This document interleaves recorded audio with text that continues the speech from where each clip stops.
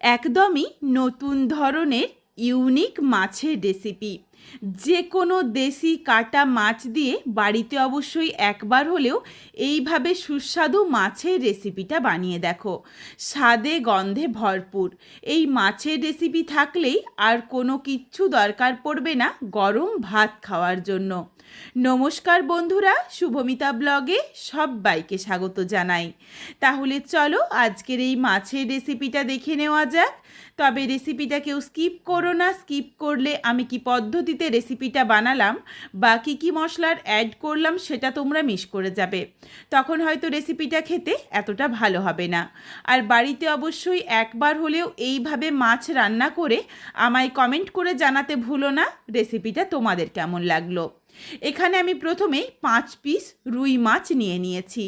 মাছটা ধুয়ে পরিষ্কার করে জলটা খুব ভালোভাবে ঝরিয়ে নিয়েছি যাতে জল একদমই না থাকে।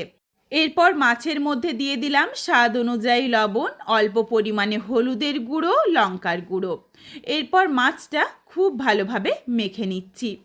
মাছের গায়ের মধ্যে লবণ, হলুদ আর লঙ্কাটা ভালোভাবে লাগিয়ে নিয়েছি। এরপর এখানে দিয়ে দিচ্ছি 1 চামচ পরিমাণে ময়দা। এখানে আমি ময়দা দিলাম, তোমাদের হাতের কাছে ময়দা না থাকলে তোমরা আটা দিতে পারো বা কর্নফ্লাওয়ারও দেওয়া যেতে পারে। একদম দেখো অল্প করে একটু ময়দা দিয়েই মাছের মধ্যে ভালোভাবে একটু গায়ে লাগিয়ে নিলেই সুন্দর একটা কোটিং হয়ে যাচ্ছে। এইভাবে মাছটা রান্না করলে অল্প ময়দা দেওয়ার জন্য গ্রেভিটাও যেমন সুন্দর হয়, তেমন মাছটাও কিন্তু সুন্দর বেশ মুচমুচেভাবে ভাজা হয়ে যায়। মাছটা ময়দার সাথে ভালোভাবে মেখে নিয়ে রেখে দিয়েছি। এরপর মাছটা রেস্টে থাকতে থাকতেই বাকি মশলা বা রান্নার জোগাড়টুকু করে নিচ্ছি। একটা বাটিতে নিয়েছি ছোট্ট সাইজের একটা পেঁয়াজ কুচি, 5-6 কোয়ার মতো রসুন, অল্প পরিমাণে আদা। এগুলোকে একসাথে পেস্ট করব। কাঁচা লঙ্কাটা এটার সাথে পেস্ট করব না, কাঁচা লঙ্কাটা আমি মিক্সিং জারে যেই মশলাটা নিচ্ছি তার সাথে পেস্ট করব। আর মিক্সিং জারে নিয়ে নিয়েছি অল্প পরিমাণে কাজু, 1/2 চামচ রাই সর্ষে, 1/2 চামচ হলুদ সর্ষে আর 1 চামচ পরিমাণে পোস্ত। এগুলোকে প্রথমে আগে শুকনো অবস্থাতেই গুঁড়ো করে নিচ্ছি যাতে মশলার পেস্টটা একদম মিহি হয়। শুকনো অবস্থাতে দেখো সুন্দরভাবে একদম মিহি করে গুঁড়ো করে নিয়েছি। এরপর এর সাথে দিয়ে দিলাম একটা কাঁচা লঙ্কা আর বড় চামচের 1 চামচ পরিমাণে টক দই। এটাতে সামান্য একটু জল দিয়ে একদম মিহি করে পেস্ট করে নেব। টক দইটাও যদি এইভাবে মশলার সাথে দিয়ে একটু পেস্ট করে নেওয়া হয় তাহলে কিন্তু খুব ভালোভাবে ফ্যাটানো হয়ে যায়। টক দইটা ফেটে যাওয়ার কোনো রকম সম্ভাবনা থাকে না। একদম দেখো মিহি করে মশলাটা পেস্ট করে নিয়েছি। আর এইদিকে মশলাটা দেখো একটু বাটিতে তোমাদের ঢেলে দেখিয়ে দিচ্ছি, সুন্দর একটা ক্রিমি ভাব চলে এসেছে। মশলাটা বাটিতে আলাদা করে রাখলাম আর যেই আদা রসুন পেঁয়াজটা নিয়েছিলাম সেটাকেও মিক্সিং জারে দিয়ে আলাদা করে পেস্ট করে রেখেছি। এরপর কড়াই গরম করে প্রথমেই বেশ খানিকটা সর্ষের তেল গরম করে নিয়েছি। তেলটা একদম ধোঁয়া ওঠা গরম করে নিয়েছি যাতে মাছগুলো ভেঙে না যায় আর কড়াইয়ের মধ্যে লেগে না যায়। খুব ভালোভাবে কড়াই আর তেল গরম করার জন্য মাছগুলো তারপর দিয়েছি। আর এই জন্য দেখো মাছগুলো কিন্তু একদমই কড়াইয়ের মধ্যে আটকে নেই। মাছগুলো উল্টে পাল্টে বেশ একটু লাল লাল করে ভেজে নেব। এই রেসিপিটার জন্য মাছ কিন্তু একটু কড়া করেই ভাজতে হবে, তাহলে খেতে বেশি ভালো লাগবে। বেশ দেখো লাল করে মাছটা ভেজে নিয়েছি। আর ময়দাটা দেওয়ার জন্য তোমরা কিন্তু দেখে বুঝতেই পারছো যে ঠিক কতটা মুচমুচেভাবে মাছটা ভাজা হয়েছে। এখানে আমি এক ব্যাচেই সব মাছ দিইনি, তাহলে ভেঙে যেতে পারে। প্রথমে 3 পিস ভেজে নিয়েছি, তারপর আবারও 2 পিস মাছ দিয়ে বেশ লাল লাল করে ভেজে তুললাম। এখানে আমি যেই পরিমাণে সমস্ত মশলার ব্যবহার করেছি পুরোটাই কিন্তু 5 পিস মাছের জন্য। এরপর তোমরা যদি মাছের পরিমাণ কম বেশি করে নাও সেই ক্ষেত্রে মশলার পরিমাণটাও কম বেশি করে নিও। মাছ ভাজার পর কড়াইয়ের মধ্যে যেটুকু তেল ছিল সেই তেলেই রান্নাটা করে নিচ্ছি, আর তেল দিচ্ছি না। তেলের মধ্যে ফোড়নে দিয়েছিলাম তেজপাতা, শুকনো লঙ্কা আর গোটা গরম মশলা, যার মধ্যে ছিল ছোটো এলাচ, লবঙ্গ, দারচিনি। ফোড়নটা ভাজা হয়ে যাওয়ার পর দিয়ে দিয়েছি 2টো মাঝারি সাইজের পেঁয়াজ কুচি। পেঁয়াজটা দিয়ে নাড়াচাড়া করে বেশ একটু লালচে রং ধরিয়ে ভেজে নেব।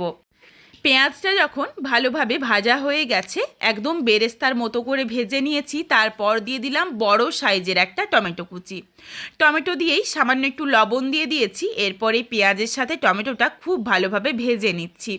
টমেটোর জলটা দেখো যেটুকু বেরিয়েছিল লবণ দেওয়ার জন্য, জলটাও শুকিয়ে গেছে, সুন্দরভাবে একদম নরম হয়ে টমেটোটা গলে গেছে। এরপর এর সাথে দিয়ে দিলাম পেঁয়াজ, আর তার সাথে যা যা মশলা দিয়ে বেটে রেখেছিলাম সেই মশলার পেস্টটা। মশলাটা দিয়ে নাড়াচাড়া করে বেশ কিছুক্ষণ সময় নিয়ে কষিয়ে নিয়েছি। মশলাটার থেকে যতক্ষণ না অবধি কাঁচা গন্ধ চলে যায় আর মশলাটার থেকে তেল ছাড়তে শুরু করে ততক্ষণ অবধি মশলাটা ভালোভাবে কষানো হয়ে গেছে। এরপর এখানে দিয়ে দিলাম পরিমাণ অনুযায়ী হলুদের গুঁড়ো, সামান্য একটু দিয়েছি ঝালের জন্য লঙ্কার গুঁড়ো, খুবই অল্প পরিমাণে জিরের গুঁড়ো, ধনের গুঁড়ো। গুঁড়ো মশলাগুলো কিন্তু খুবই অল্প অল্প দিয়েছি। আর দিয়েছি হাফ চামচ কাশ্মীরি রেড চিলি পাউডার, এটা দিলাম কালারের জন্য, তবে এটা সম্পূর্ণ অপশনাল, তোমরা চাইলে দিতে পারো, না চাইলে বাদ দিয়ে দিও। গুঁড়ো মশলাটা দিয়ে নাড়াচাড়া করে মিশিয়ে নিয়েই সামান্য একটু মশলার বাটিটা ধোয়ার জল দিয়ে দিয়েছি, যাতে গুঁড়ো মশলাটা পুড়ে না যায়। জল দিয়ে নাড়াচাড়া করে মিশিয়ে নিয়েছি। তারপর দিয়ে দিয়েছি বেটে রাখা মশলার পেস্ট, যার মধ্যে ছিল সর্ষে, পোস্ত আর যা যা আমি মশলা দিয়ে পেস্ট বানিয়ে রেখেছিলাম। সেই মশলার পেস্টটা দিয়ে নাড়াচাড়া করে বেশ খানিকক্ষণ সময় নিয়ে মশলাটা কষিয়ে নেব। অবশ্যই গ্যাসের ফ্লেম লোতে করে মশলাটা কষাবো, যতক্ষণ না অবধি মশলাটা থেকে খুব ভালোভাবে তেল ছেড়ে আসছে। একদম তেল আর মশলা দুটো কিন্তু আলাদা হয়ে যাবে, তখনই বুঝতে হবে যে মশলাটা খুব ভালোভাবে কষানো হয়ে গেছে। মশলাটা থেকে দেখো অল্প অল্প করে এখনই কিন্তু তেলটা ছাড়তে শুরু করেছে। সুন্দরভাবে দেখো তেল আর মশলা একদম আলাদা হয়ে গেছে। এরপর এখানে দিয়ে দিচ্ছি হাফ চামচ পরিমাণে চিনি। চিনিটা কিন্তু অবশ্যই দিও, তাহলে টেস্টটা ব্যালেন্স হয়ে যাবে। এখানে টক দই বা টমেটোর ব্যবহার রয়েছে। চিনি দিয়ে নাড়াচাড়া করে মিশিয়ে দিয়ে দিলাম বেশ কিছুটা পরিমাণে জল। এখানে তোমরা যেমন গ্রেভি রাখতে চাও সেই বুঝে জলটা দিয়ে নিও। তবে মাছগুলো দেওয়ার পরও মিনিট 4-5 সময় নিয়ে কিন্তু রান্নাটা করে নেব, সেই বুঝেই জলটা দিয়ে নিয়েছি। গ্রেভিটা দেখো ভালোভাবে ফুটে উঠেছে। এরপর একে একে ভেজে রাখা মাছগুলো দিয়ে দিলাম, আর দিয়ে দিলাম 2টো চেরা কাঁচা লঙ্কা। এগুলো দিয়ে নাড়াচাড়া করে ভালোভাবে মিশিয়ে নিচ্ছি, আর গ্যাসের ফ্লেম লোতে করে মিনিট 5-6 রান্নাটা করে নিচ্ছি। তারপর ফেরত আসছি। এখানে ঝালটা কিন্তু তোমরা নিজেদের স্বাদ মতো ব্যবহার করো। এখানে আমি যেমন শুকনো লঙ্কা ফোড়নে দিয়েছিলাম, একটা কাঁচা লঙ্কা বাটা দিয়েছিলাম, আবার 2টো চেরা কাঁচা লঙ্কাও দিয়েছি। এই জন্য সামান্য একটু লঙ্কার গুঁড়ো দিয়েছি, লঙ্কার গুঁড়োটা কিন্তু খুব বেশি দিইনি। এরপর তোমরা যেমন ঝাল খাবে সেই বুঝে ঝালটা দিয়ে নিও। নাবিয়ে নেওয়ার আগে দিয়ে দিলাম বেশ কিছুটা পরিমাণে ফ্রেশ ধনেপাতা কুচি দিয়ে গ্যাসের ফ্লেমটা অফ করে দিয়েছি। এরপর রেসিপিটা নাবিয়ে নিয়েছি। বেশ দেখো বেশ একটু মাখো মাখোও হয়েছে, আর এই রেসিপিটা খেতে কিন্তু অপূর্ব লাগে। গরম ভাতের সাথে মাছের এই রেসিপি থাকলে আর কোনো কিচ্ছু দরকার হয় না। বন্ধুরা, বাড়িতে কিন্তু অবশ্যই একবার হলেও এইভাবে মাছ রান্না করে আমায় কমেন্ট করে জানাতে ভুলো না রেসিপিটা তোমাদের কেমন লাগলো।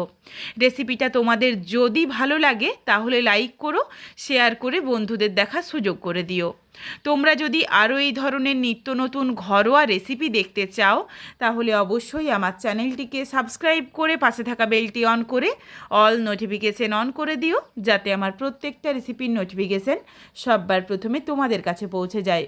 আবারও খুব শীঘ্রই হাজির হচ্ছি ঘরোয়া নতুন কোনো এক রেসিপি নিয়ে। পরবর্তী রেসিপি দেখার আমন্ত্রণ রইল। পুরো ভিডিওটা দেখার জন্য অসংখ্য ধন্যবাদ। তাহলে আজকে আসি, সবাই ভালো থেকো, সুস্থ থেকো। আবারও শীঘ্রই দেখা হচ্ছে কিন্তু ঘরোয়া নতুন কোনো এক রেসিপির সাথে।